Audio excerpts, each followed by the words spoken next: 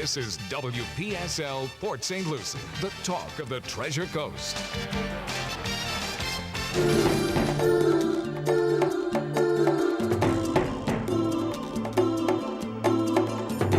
Views expressed on the following program do not necessarily match those of WPSL. However, you are encouraged to like and share them on Facebook and other social media because I guess we kind of do. It's a new concept. The Science of Caring, Careology, with your host, Roxy. Good evening, everyone. Good evening, Cliff. How are you? Not too bad. Oh, wonderful. I know, it's Tuesday. I just felt like I just walked out of here and I was with you lovely people from last week. But if you are now tuning in to Careology, Careology is the science of caring and supporting our community. And my name is Roxy Brown. I am CEO and founder of CareBag Incorporated. CareBag Incorporated is a nonprofit on the Treasure Coast, and we deal with providing proper hygiene to our homeless, to our families that are in need. And we cover everything for hygiene insecurities: soap, toothbrush, Pampers, deodorant, whatever you need. If families are having a tough time during food insecurities, then they cannot afford the basics that they need to go ahead and keep themselves clean during this pandemic. And proper hygiene is a right, not a privilege, and we are happy that we can go ahead and help our community here on the Treasure Coast and into West Palm Beach. We will be in Vero at the Gifford Youth Center tomorrow, so if anyone is in that area and in need of anything, please stop by. We will be there from 8:30 in the morning until we finish. So we hope if you are in need, please do not hesitate to come out. And I am very, very excited tonight for our show, and I have with me Dr. Jessica McCaine. Hello. Thank you, Roxy, for having me. It is a privilege for you to be here, and I am just excited because I have so many questions, and I know so many people have so many questions about cannabis, marijuana, THC, you name it, Mary Jane, all the names that they have for it. And we want to get to the root of the matter. We want to go ahead and dispel the myth around it. And getting ready to do this subject. I talk with so many people. Is it okay if I call you Jennifer? Jessica, but that's Jessica. good. Okay, where did I get Jennifer I from? should have been called Jennifer. I think I was supposed to be born that way. A lot of people, I'm going to say Jessica. Well, Jessica, so many people have so many myths about this, and I want you as a professional. Now, I just want to a little bit about Dr. Jessica McCaine. She is Southern Comfort Health, and it is a Southern Comfort marijuana clinic right here in Port St. Lucie off University Boulevard, 540 Northwest. We actually just moved. You We got just a new moved? location. Okay. Yeah, 456 Northwest Prima Vista. So we actually are Okay. selling. We have a little bit of retail there too now. So that's Okay. kind of exciting. Yeah, it's a new Ooh. location. Where on Prima Vista? It's east of Bayshore. Okay. And it's in the West Park Plaza. Or not the West Park Plaza, but Prima Vista Commons. Okay, I know exactly where you are. Oh, right. There we go. Everyone's like, why does Roxy need to know? Roxy needs to know because people, it works. And let's start off with the main thing. Me and you were talking earlier, and you said something, and I had to laugh because that was one of my questions. What's in a name, basically? So when I say what's in a name, we have so many names. So can you go ahead and describe to us the difference between CBD, THC, and hemp? Okay, so let me take a step back for a second. You go so right I think, ahead. One, we have to talk about the word marijuana and the pejorative connotation that has, and what is cannabis. So you'll hear me use those two words interchangeably. The medical professionals like to use the word cannabis. It doesn't have that negative connotation, and it's actually a little bit more of an accurate term. So cannabis refers to the plant in general, and within the plant there's legal definitions. So it becomes hemp when it meets the federal designation of not having very much THC, like a little 0.8% Right. THC. But the word marijuana comes, actually it was from around the early 1800s when there was more of a political movement to stop the Mexican immigration. So they were actually using it as a scapegoat, and that's where it started with the negativity with the marijuana. But now we think about marijuana as recreational use and cannabis as medicinal use. But again, I tried to use those words interchangeably to stop this negative connotation or just change the way that people think about it. The way that the state legislature puts it into their statutes, they use the word marijuana, so that's what we're going to call it. Okay. But that, my family's Caribbean, so for us it's marijuana or ganja. Right. Yeah. Which is a natural herb. When I think of it, I think of rosemary. I think of thyme, peppermint. That's how I look at it. Herb. It's a herb. It's a herb, and it has many benefits as anything else does. Correct. So take the so floor. When we talk about hemp specifically is again more of a legal designation to say that it doesn't have very much THC. It's mostly a CBD plant that's non-intoxicating and non-psychoactive is another way we call it. So marijuana plant can have both CBD and THC in a variety of ratios, but hemp specifically is supposed to be really devoid of THC. So those are just the two terminologies differences. Wow. Yeah. But when we talk about what is CBD, CBD stands for cannabidiol, and THC, tetrahydrocannabidiol, and you actually make these chemicals in your body, but they're actually just called different things. So they're 2-arachidonoglycerol acid and anandamide. So basically, when we're using cannabis as medicine, we have this natural deficiency in these two chemicals that the plant makes. We call it THC and CBD in the plant. And we are literally just supplementing our natural deficiencies with analogs. So we talk about it phytocannabinoids or CBD THC, and then in humans, endocannabinoids, which are the ANA and 2-AG, but they're really the same molecules. Well, when I said this Careology, the science of caring, you guys are definitely being educated today on this, because education is power. Oh, I can get totally nerdy on this. So I try to make sure that my talk is to the level of everybody. So I apologize if it gets too geeky. I get excited about this topic. Just gonna push this here. So I've been practicing medical cannabis now for 4 years since it became legal. We were one of the first in our area to open up a clinic. We fought the good fight in our local community, trying to even just get a lease of someone who would accept us in their buildings. And now you're seeing it everywhere. Everywhere I move, they just pop up. They pop up like a Publix. They just pop. You know how you pull the wipes out of a container? That's what it is. They just pop up. I was talking to someone this morning, and we were talking about we have a elderly person that we know, and they're really, really subject with a lot of pain with arthritis, and my topic came up, and I was like, well, she's like, well, how do I broach this with my mom and my dad? And because they said they don't want to take the medications. They're like, there's so many, when you read the side effects on so many medications, there's so many, but there is only really one ingredient. It is simplified. So the cannabis plant actually has about 400 different chemicals in it that can be therapeutic. Right. And here's the really interesting thing. When we look at pharmaceuticals, a lot of the mechanism of action, like at a cellular level, how these pharmaceuticals work, cannabis works the same way. Right. That's how it can actually substitute a lot of prescription medications.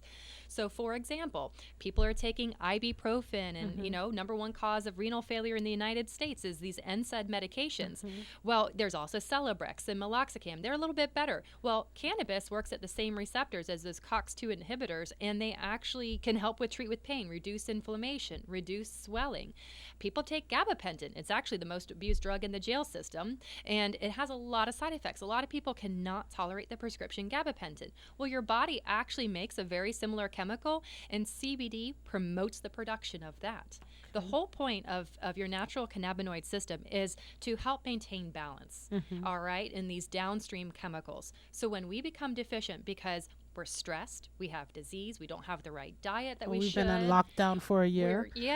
We are just burnt out. Our natural cannabinoid system becomes deficient, and then we have serotonin's down, leading to depression. Adrenaline levels always high, always kind of in a state of anxiety. But Parkinson's, dopamine levels, acetylcholine, Alzheimer's disease. CBD, if we take a step back, we have discovered this in the early 70s, and then in 2003, clinical cannabinoid endodeficiency syndrome, there's a diagnosis. When you're deficient in this, these are baseline chemicals. Downstream, you're going to have disease. So if we could treat the problem, again, going to our natural system, using cannabis as a natural substitute, we can actually correct problems, not only just put a Band-Aid over them. Because most people think, oh my goodness, you get high off of this. But I did a little bit of my own little research, and I found out that a lot of older patients are actually going to the CBD because they see that it works. Right. Correct me if I'm wrong. If I'm wrong, just correct me. Absolutely. Yes. So in my clinics, we really do a lot of education. I encourage you to go to our website, SoCoMMJ. Oh, I'm coming. I'm going to make an appointment and come to you. Yeah, so we've got a lot of educational videos there, and even a YouTube channel with some more really great instructionals on there. But we provide one-on-one education with our patients. And basically, I'm really encouraging patients to try both CBD and THC. So the difference is CBD is non-psychoactive. You can't get high on it. It doesn't have that kind of property. Yes, the THC can, and it can cause you to be maybe a little happy. But is that such a bad thing for someone depressed? That is a good thing. After 2020, Cliff, what do you think? Being happy is good? A little euphoric? Yeah, well, you know how the song goes. Don't worry, be happy. Right? There you go. Or maybe you can take some certain THC preparations that cause a little sedation. Again, if you're an insomniac, doesn't that sound kind of like a positive thing? So you can really tailor your cannabis to your medical needs, like specifically, and you can choose preparations that do not impact your alertness. They actually may make you a little bit more alert, if anything, a little more energized and sleepy when you're supposed to be sleepy. So it's very individualized. And now with the availability of cannabis from dispensaries, you can get it super fine-tuned to your specific needs. Okay, because I know me and you talked about this during the week, but maybe someone doesn't know. Is it legal? I know every state is different. Every state has different laws. Virginia, I believe, just became recreational legal like over the past week. So what about the state of Florida? So in the state of Florida, only medical cannabis is allowed, and that's only after you get a certification from a physician, and actually that has to happen every 7 months. So it's a whole legal process. Right. And then they're registered with the Department of Health, and that's a separate process, and that is an ID card that they have to keep up with every 12 months. It's complicated. It's so something that actually is good for you, that actually helps you. It feels like they just put roadblocks ahead of you so you can't get the help that you need. I have people coming to me, oh my God, Rox, and I'm like, you need a prescription. It is. Now we don't use the word call prescription. I know. Because then we would be breaking some federal laws there, but I can call it a recommendation. As a physician, I can make recommendations for everything. You know what? I have people who are IV drug users. I recommend that they don't reuse their needles. I recommend that if you're a sex worker, use condoms, right? So I can make these recommendations, and we can make legal certifications, and that's kind of the loophole and how we make this a legal market here in Florida. Well, that's something similar to what we do. If anyone heard that sound, that is a race car passing the building. But it's like when we're out with Care Bag, we deal with a lot of homeless at our mobile showers, and they can't bring their bags into the showers. We have them leave their property outside, and we encourage it. But I can't give them a needle. I can't give them a clean new needle to use, because that is against the law. But I can encourage it all day long. But then again, it's a loophole, and it's very frustrating. To me, it's very, very frustrating. I can use Narcan on you, but I can't say, okay, you use a new, here's a needle you can use to be safe. Here's a box you can put it in. I can put a box you can put it in, but no one's going to put their dirty needles in if they can't have a place to get new needles. So, but as a responsible physician doing this, it's not just that we're a card mill and we just want to get people certified. It's my responsibility to make sure that you're using it in a safe manner, because yes, you can actually have some negative consequences for cannabis use. You can feel certainly uncomfortable for a period of time. But the great thing about it is nothing long-term is negative going to happen. Yes, you can feel uncomfortable, like I said, take too much, get a little paranoid, but time will get over that. There's different modalities of use. Preferences can play into that, the time frames of when you want something to kick in. Again, it should be really considered as a prescription, because there's dosing recommendations, there's modality recommendations, formulation recommendations. So it actually is a true medicine with a lot of complexity that's just really quite beautiful. This is the first time I've seen you this quiet, Cliff. This is deep. Well, like the rest of the audience, awestruck with the information. Should.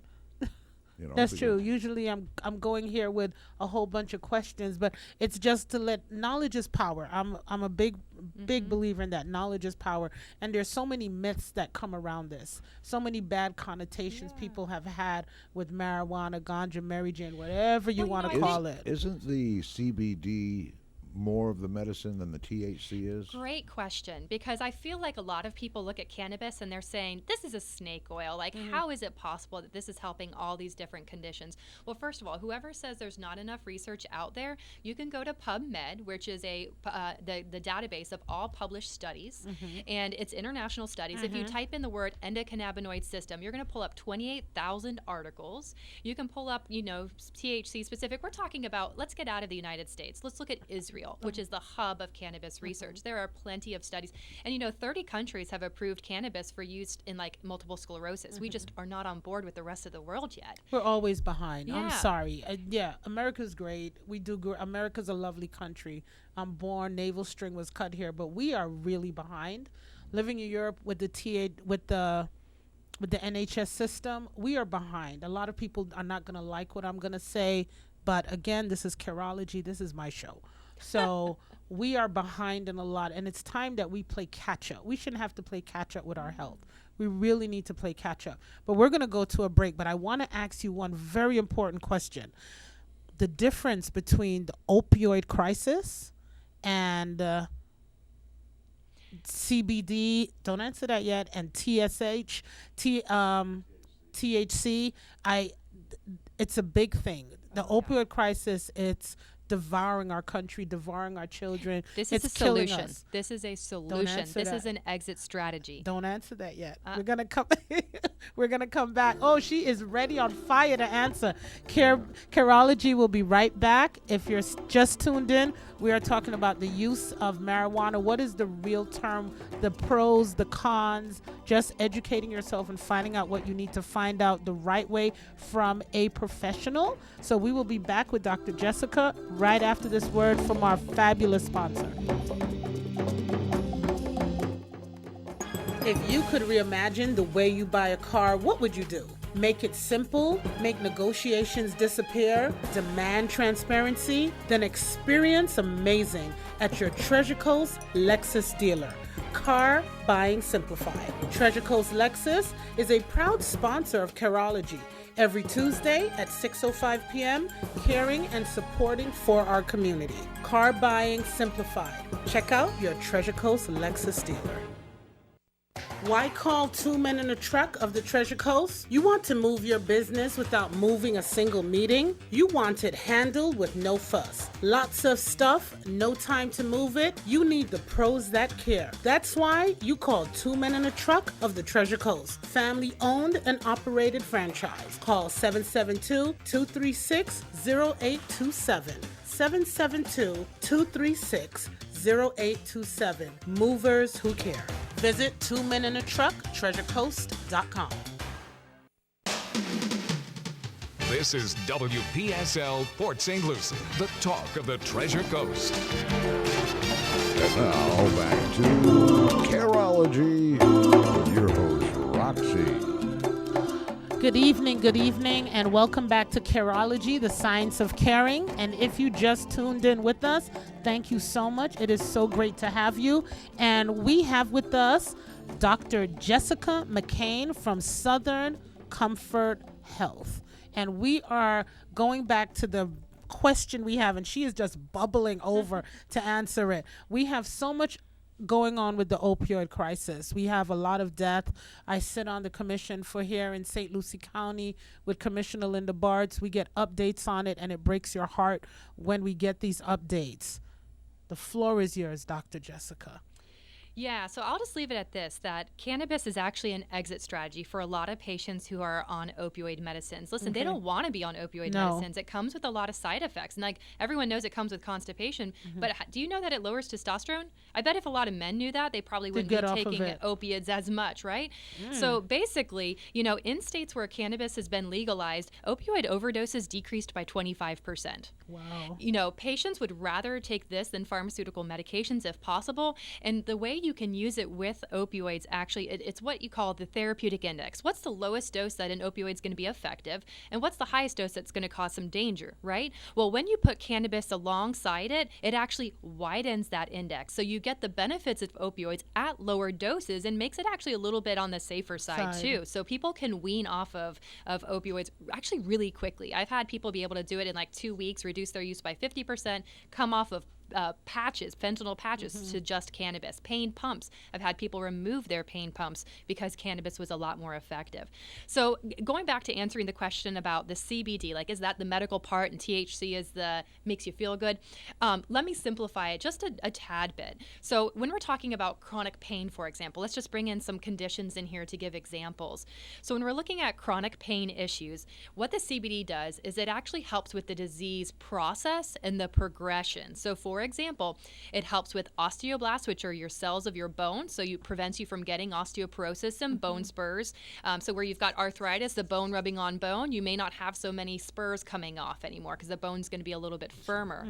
It works to reduce the swelling. So again, where you have very narrow joints, any degree of swelling is pressing on nearby structures, including nerves. So you've got impingements, and now then you're feeling that pain downstream, right? CBD also increases GABA, which is a nerve chemical that slows the overfiring. That's why it's used for seizure disorder. But for nerve pain, people get prescribed gabapentin or amitriptyline to stop those overactive nerves. Well, again, CBD does that. So what about the damage done, though? That's where THC is helpful. THC actually changes your perception of pain, so maybe it doesn't seem to bother you as much, so you can maybe move on with your day. It's actually like a natural Botox. It relaxes the muscles, and it's actually nerve protective. I mean, that's why we're seeing sports teams say, hey, cannabis is okay, because we're actually seeing its beneficial status post-stroke or, major injuries like that can affect the nerves. So I'd say, like, yes, in a way, CBD can be used as a big base in order to control the disease process. You're going to get pain relief when you control inflammation, and then use THC for where the damage is done. Where the damage is done. Thank you so much, Dr. Jessica. So we have a question here from one of our guys, from one of our ladies, sorry. What health conditions benefit most from cannabis treatment, and what is the best form to take it in for most people? The 3 most common reasons to use it worldwide: pain, number 1, anxiety and depression, number 2, and insomnia. And I will tell you, most of our patients are like that triad of everything, right? When you're in pain, you're depressed, you're anxious, that makes the pain worse, and then you're not sleeping because of all of the above, right? So we talked about pain a little bit, how it works.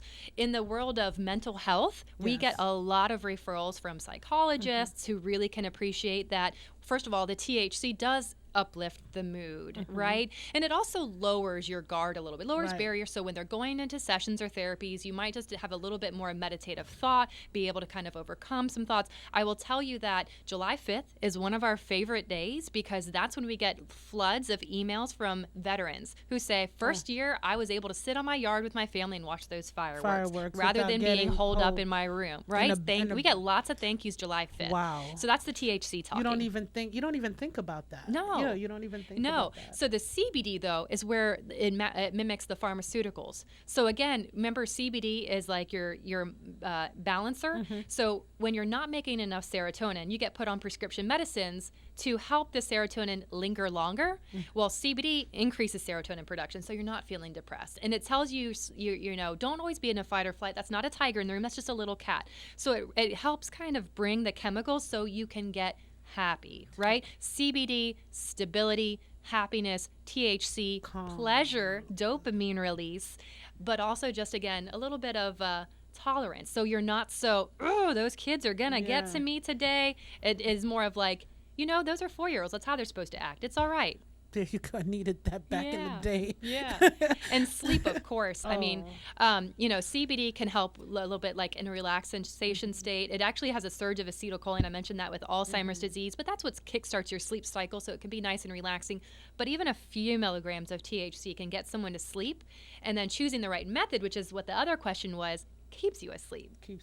Yes. So the question was about methods. Yes. Well, thank you. We have one more question. So, and this is, should cannabis be made available to the general public with less restrictions? And how should it be administered? And what about homegrown? Oh man, we are so far behind on that in Florida, and it's not even up to discussions. Right now, actually, we're going in the opposite direction.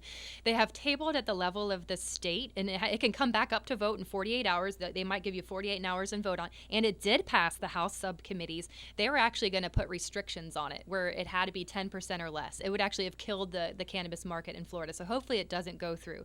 So the talk about going recreational in Florida is super premature. Right now, they're actually talking about like destroying it. Yeah, destroying what we already have. Wow. So let me talk about the modalities, because I think that is a really big point that people are saying, I have lung problems. I can't use cannabis. That's not true. There's other methods, and yes, you can use cannabis. We were using it in the early 1900s to treat asthma. It's not a true contraindication. I have some people actually come off their inhalers when they start using cannabis medicine. It actually naturally opens up the airways. That's, again, like that Botox effect of THC. So there's actually a lot of different preparations out there. You don't have to smoke it if you don't want to. You want to preserve your lungs? Absolutely fine. You have drops that you can do under the tongue. There's things you can ingest, edibles. They have new nanotechnology, so edibles can get into your bloodstream a lot faster. They have lotions, topical things, suppositories, even for women's health. It can be used for endometriosis or Crohn's disease, like in prostate issues. So hot flashes. Yeah. So the different methods affects the time frame. So if you want the fastest acting, okay, inhalation's probably it, because you're going to feel those results in a minute or two. And if you've got a nice meal coming out and you want to enjoy it and you want to have an appetite, that's your option. That's a good option.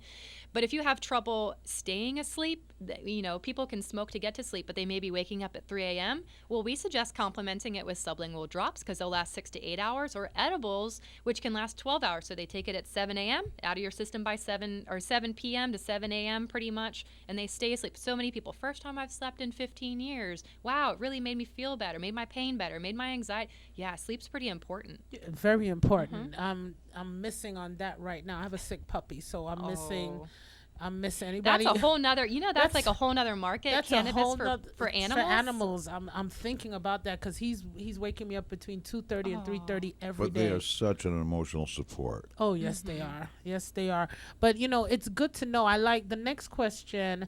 Our gentleman had is what about homegrown? But I'm gonna ask something, because it's illegal. We can't grow it.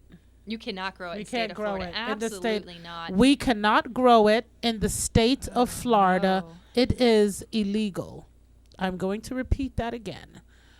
Homegrown is illegal. You're supposed to only get your cannabis from a licensed, and it's very regulated, dispensary. And we know there are not enough dispensaries out there. That goes again into politics. The Department of Health not giving licenses out like they should for every so many patients that got enrolled. They were supposed to give out more licenses. They haven't been timely on it. And so that's the thing, is one thing as a physician, as a public person, that's my separate opinion. Right. But as a physician, I would fear that going recreational would really deplete the supply of cannabis for my patients who have come off of sometimes 10 plus medications. Wow. And when it gets recreational, they're just going to sell it all. And that's what they've seen in other states, is that the medicinal market crashes because, anybody supply and can get demand. it now. Yeah, And that then would be it's my not only regulated. fear for the patients, is that if it becomes recreational, that the market will not be able to sustain. Well, I don't know about you, but I've just learned so much. And it's just so important. I talk to a lot of different people, and I have some of my female friends and guests that they would say, what, Roxy, wow, this really helped me with my hot flashes. This helped with this helped with that. It helped with my mom with pain. But it's a lot of them say it's expensive. It's to get the license. And what do you have to go when you see a patient that is in need? What do they have to go through, the steps they have to go through to go ahead and get that permit? Right. So again, there's two different processes. It's meeting with the physician. And so I've seen some outrageous physician fees. And then also how frequently they have to be seen. Some physicians are making patients come back every 3 months, and they're charging them $300 every 3 months. But really the law is 7 months, which is 210 days. It's 210 days is really the longest you can go before your recommendations would expire. Okay. And then the ID card for the state is $75 every 12 months. not to mention the cost of the medication. But again, there's some strategy when we talk to our patients in our clinic, some strategies about which dispensaries to go to for different sales and how to play the game in the system. So there's some of that goes into it. Well, we have a caller on. You said that, Cliff. Yes, Who do we have? Kurt is with us. Who? Hello, say hello to Kurt. Hi, Kurt. How are you doing? How are we doing? Good evening, ladies. Good evening, sir. You know, I'm glad to see that Florida went at least allowing medical marijuana clinics. The thing that it's a racket, and they limit the number of the nurse. You have to be in the nursery business, and you had to be in business, I don't know, 20 years, 30. 15 years or something like 30? 30 years, Okay, Dr. so Jessica. that really narrows it down because there aren't that many nurseries in the state that have been in business for 30 years. That's true. And then they can only grow a certain variety. And quite frankly, everything I've read and heard and whatnot, if it doesn't have an active ingredient, THC, in it, the stuff is, in my opinion, pretty worthless. But, you know, it's a racket. The nurseries have to pay the state a ridiculous license fee, and you physicians that are in there have to jump a whole bunch of hoops from Tallahassee before you can dispense the stuff. And in all honesty, it's driven the price up to the point where, I hate to say it, but a lot of people can't get it because of the cost of the visit, the cost of the product. That's why I say take a little plot in your backyard, turn over, and under the cover of darkness, grow your own. I can't say that, but you're absolutely right. From Missouri. Ma'am, I'm from Missouri, and we grew one of the most potent forms of marijuana in the world called Sensimelia. You probably remember it. Mm-hmm. Bob Marley sang about it. It was one of the most potent marijuanas that you could get, and they the stuff just to show you. Farmers couldn't make. I mean, they would make their money, but growing corn was not a prosperous business. But somebody that would lease 2 or 3 acres in the middle of their cornfield and grow marijuana plants was very profitable for the grower and the farmer. The only problem is, and I've had personal experience, if you fly over in an airplane at low altitude, marijuana sticks out like a sore thumb because it's the greenest stuff you'll ever see. Anyway, I just had to throw that in. I'm glad to see that they're allowing medical marijuana, but I think, number one, I don't think it's as effective because they just basically made it impotent. And secondly, I think it's a racket. Everybody involved has to be licensed and monitored, and all that is an excuse for the thieves in Tallahassee is to get more money from you. Well, Kurt, thank you so much for that. We definitely appreciate that. And I am glad that you're listening, and please continue to follow us on Careology. Thank you so much. I am listening, and I'm glad you're doing that kind of a service, and I know that you officially can't recommend what I recommended. No, but we're listening. Well, thank you, Kurt, so much, and you have a good day. You too. You have a good evening. Thank you, sir. Thank you. Bye-bye. And for my Facebook guys that couldn't hear Kurt on the phone, he was saying it's a racket, and basically the people that really, really need it can't afford to get it, which is true. You know, I had someone call me, "Oh my God, Roxy, I got a prescription, but I can't afford to get it." Her doctor prescribed it for her, but she said, "I can't afford to do this and do that." She said, "I don't have it," and she's suffering, you know. So what can we do as citizens to get the news out?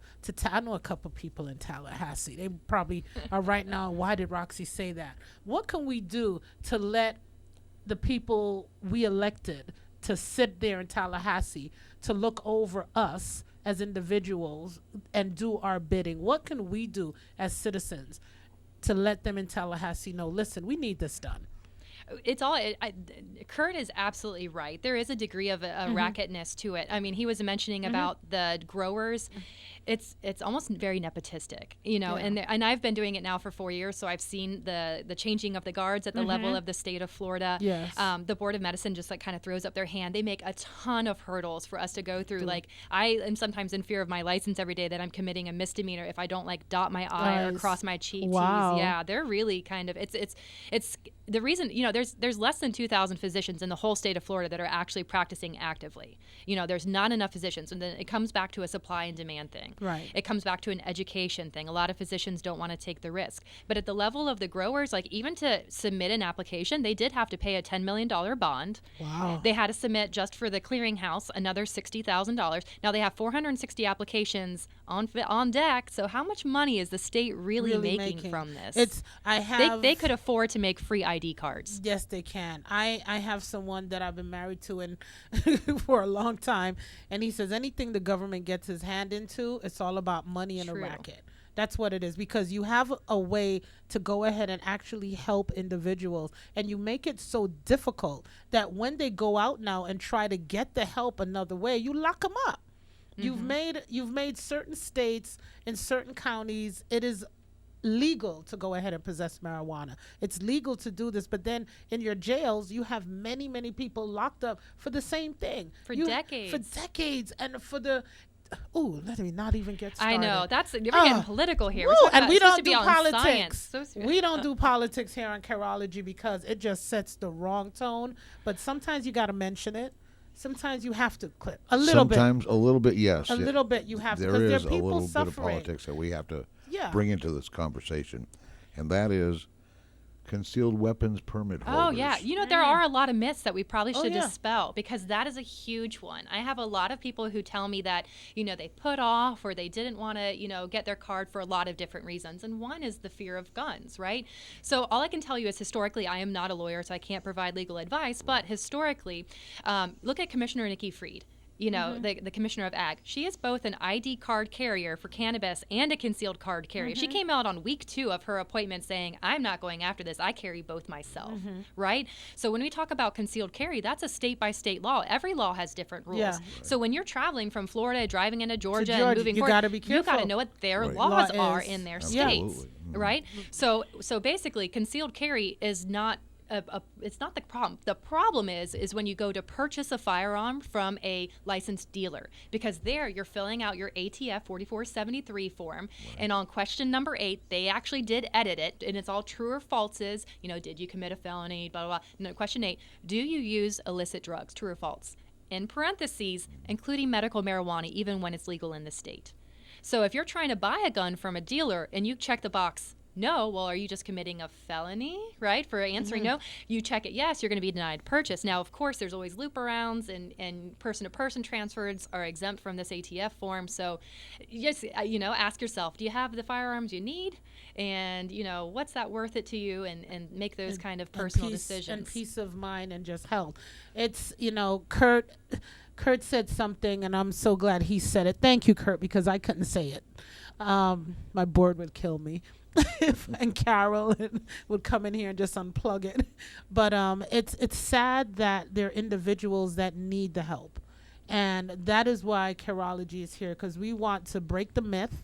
We want to educate individuals. Somebody has to care. Somebody has to care. There you go. And, you know, that's what we want to do. There's so many individuals. And I put this to Dr. Jessica. All the prescriptions that they are really handing out to individuals, has anyone really taken the time to see the side effects that comes along with these medications? And then again, you can now use a prescription that can go ahead and help you. We can go ahead and help you with what you need. So it's very, very important. And let me say this too, and this is what I actually wrote a letter to. I've written a letter to all my state representatives and the House and everything like this many times over the past 4 years. And I tell them, you know what, you just don't see from the confine. I have a sacred job. I have a sacred job being a physician, where in the confines of my square room, you can tell me some very personal stuff and it won't leave the room. But I will tell you, it's not always about the pain and the anxiety and the diagnosis. It's about the fact that we have a young man who is about to get divorced with his wife, no longer fighting anymore, and they're not going to get divorced. We have people saying, a grandparent, I'm able to get on the ground and play with my grandchildren. It's quality of life. That's what my clinic specializes in. We've had at least 5 patients in one of our second year's opening. It was, chills. 5 patients from Thanksgiving to Valentine's. Those are a lot of holidays. That's a lot of right? holidays. A lot of holidays. You know what happens? People get depressed. We had patients come back and say, you know what, I was, at the end of the appointment, they don't have to tell me this information, but they come back and they say, you know what, I actually was at the point of thinking about suicide. I was in so much pain. I couldn't afford any more surgeries. I couldn't, I just didn't like where I was. And they're coming back. They're like, you saved my life. And I'm like, I just pretty much just filled out some legal paperwork for you, but that filling out is a lot. And it's not just that I do. I know that we do more because we educate on the proper use of cannabis. When someone goes in and they get half their needs met, we can troubleshoot it and tell them exactly how to do it in a medicinal way to get more out of it. Like Kurt was saying, it's not the same cannabis as what he may be experienced with. Right. I have a lot of people come, honey, look at, I've been smoking longer than you've been born, right? You can't tell me anything. And I say that, all right, fair enough. You know what works for you. But when they get back from the dispensary, they say, this is actually a different plant. When you have control over the consistency, you don't have to worry about pesticides or any other types of funguses, it's quality, and they can concentrate it. So it's not, they actually can get the 26% like the Sinsemilla, and they can even do a higher concentrate to the point where I actually think that there's too much concentrate on some of the dispensaries. That is risky for patients to use. Well, somebody just asked, and they agreed with Kurt, money, money, money. Thank you very much. What about the business side of the cannabis? How does one become a dispenser legally? Again, you got more than $60 million because that's what they're selling for. So these dispensaries are, when they get their business going, then they flip it to Canadian companies, and Liberty sold for $60 million. This is 2 years ago. They're now selling for $90 million. These are big businesses. These are big businesses. If so anyone it's really hard if anyone has any money they'd like to get together with me, we can go ahead. You said how much it is? Oh yeah, $60 to $90 million probably. I have the dollar. I just need the 59,999,000. Hey, if Gorilla Glue can do it, do you have a Robinhood app? Yeah. Which is investing. Oh. Is there a lot of investing going on? So think about who's investing in these. Outback Steakhouse is one of the investors of the Florida dispensaries. Wow. Jimmy Buffett is a investor. Wrigley Chewing Gum is a the ones investor. with the money. Yeah. The ones with the money. Not the people. Yeah. Who has that? I don't know. If anyone has that lying around, please visit givecarebag.com. And I say that very much so because I'm just going to break a minute here. Carebag is doing some phenomenal work through the Treasure Coast, Vero Beach, West Palm Beach. We're out there going through our veterans. We have babies. We have elderly. I see a lot of elderly coming with walkers, wanting Depends, wanting toothbrush. Imagine how that can help them. But Carebag is at a pivotal point, and we need help. And if you want to go ahead and help us financially, please do. My cape is down. I've given up the ghost. I'm here searching help. So people who are homeless can't necessarily afford to get a medical marijuana card. No way. No. Is there ever going to be a time when we might be able to help them at some point? I know people who work and can't afford. I know people who work and have a good job, beautiful home, and they can't afford it. It's just so much. There's once you get the card and everything, yada yada, the flour from what I'm hearing, the flour that you can get at the dispensary sometimes is at the same price as street value, but at that time, you might not have the other opportunities to get the the other products, the other modalities that are out there as well. So unfortunately, it's not for everyone. It can't be for everyone. No. Which is sad in a way because so many people really want to be helped. And someone asked about Homegrown. It is illegal. It is illegal. It is illegal. Careology is saying it is illegal. Dr. McCaine is saying Dr. it's illegal. McCaine. Now, what about hemp? So the 2018 Farm Bill, you can actually apply to grow I actually looked into this. You can get a Farm Bill license with the state of Florida, and it doesn't seem like a very complicated process. Wow. But you it just doesn't have to have some land to grow it on. Exactly. You have to have GPS coordinates as part of, and they have to inspect it and everything. Okay. Again, money, money, money. Yeah.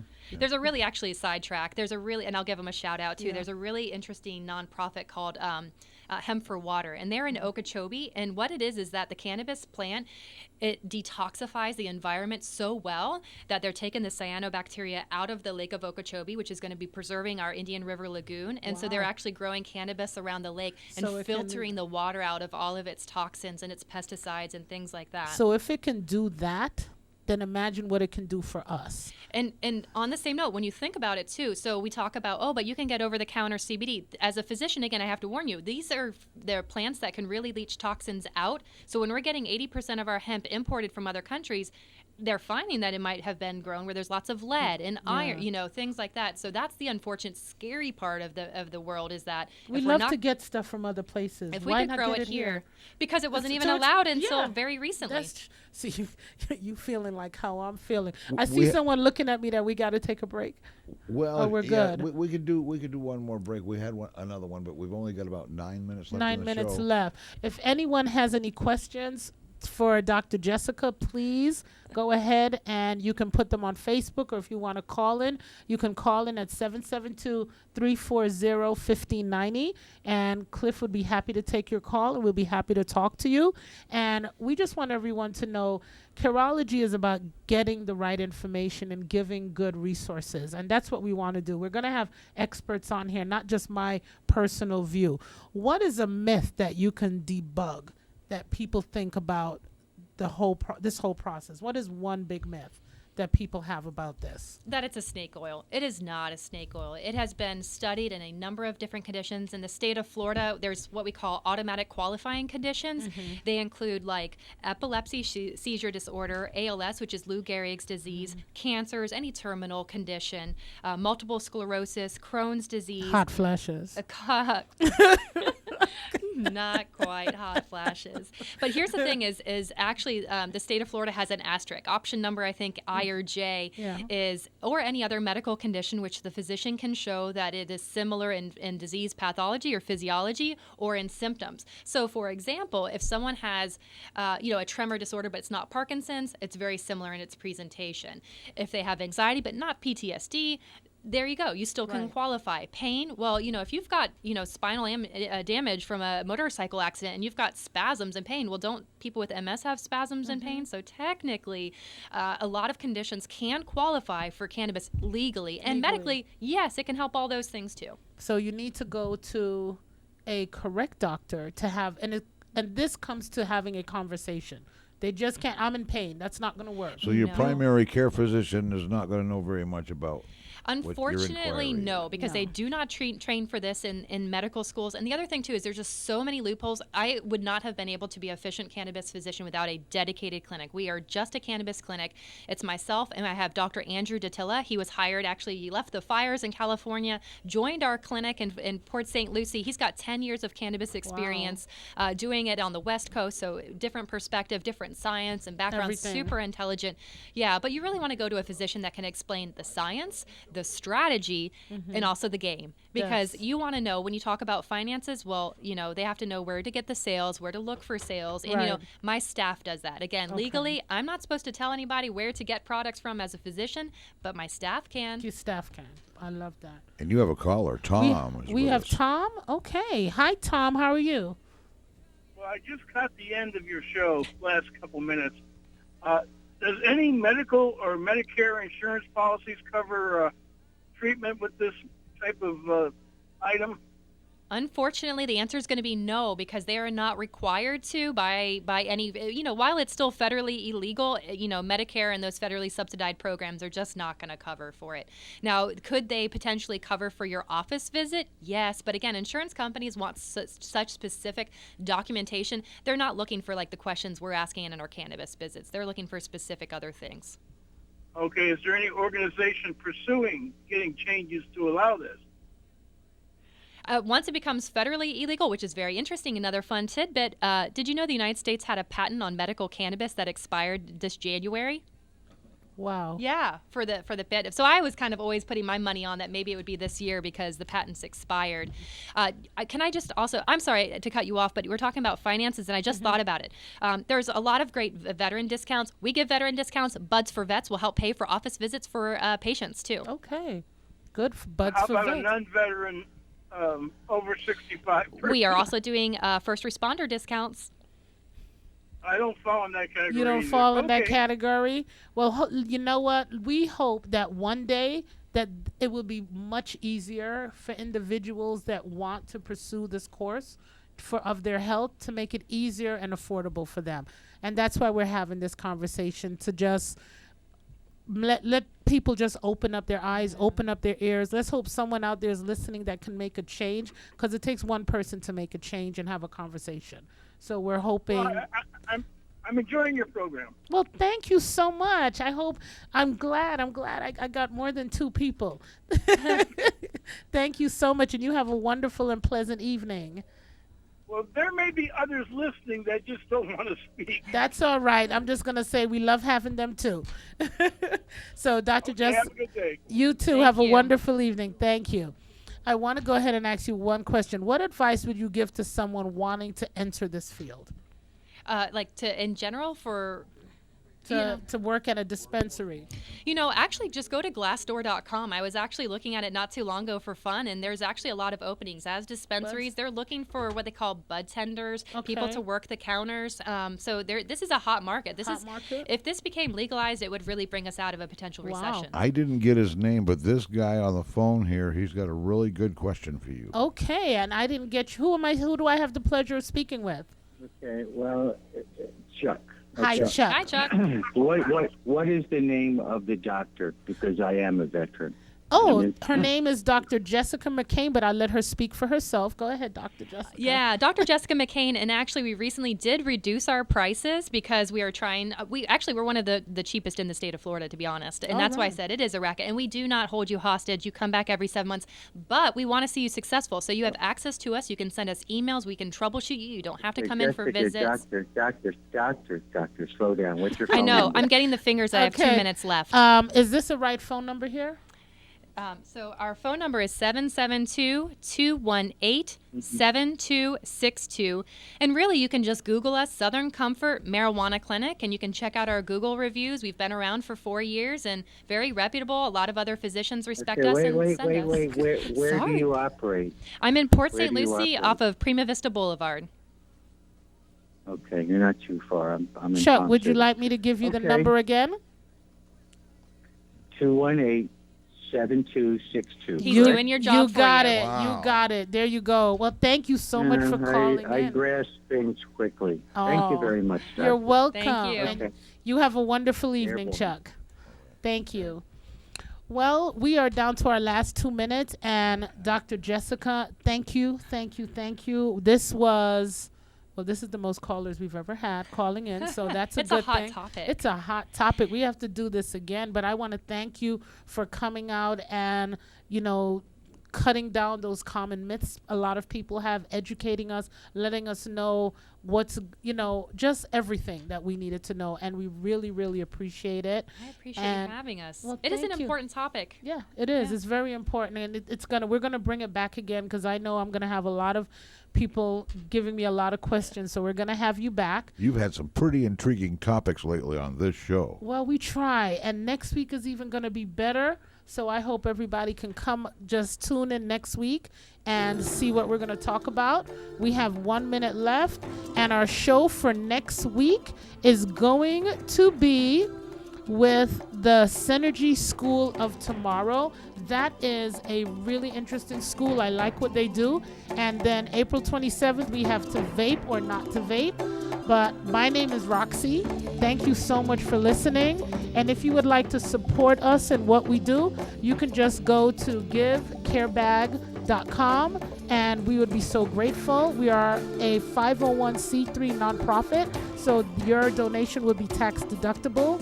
And thank you for listening. Thank you for being with us. God bless you. And we will see you next week, Tuesday at 6:05. Same place, same time. That's right. And this is WPSL Port St. Lucie. WPSL.com, WPSLTV.com. Talk of the Treasure Coast on Google Home, Alexa, and the TuneIn app on your smartphone.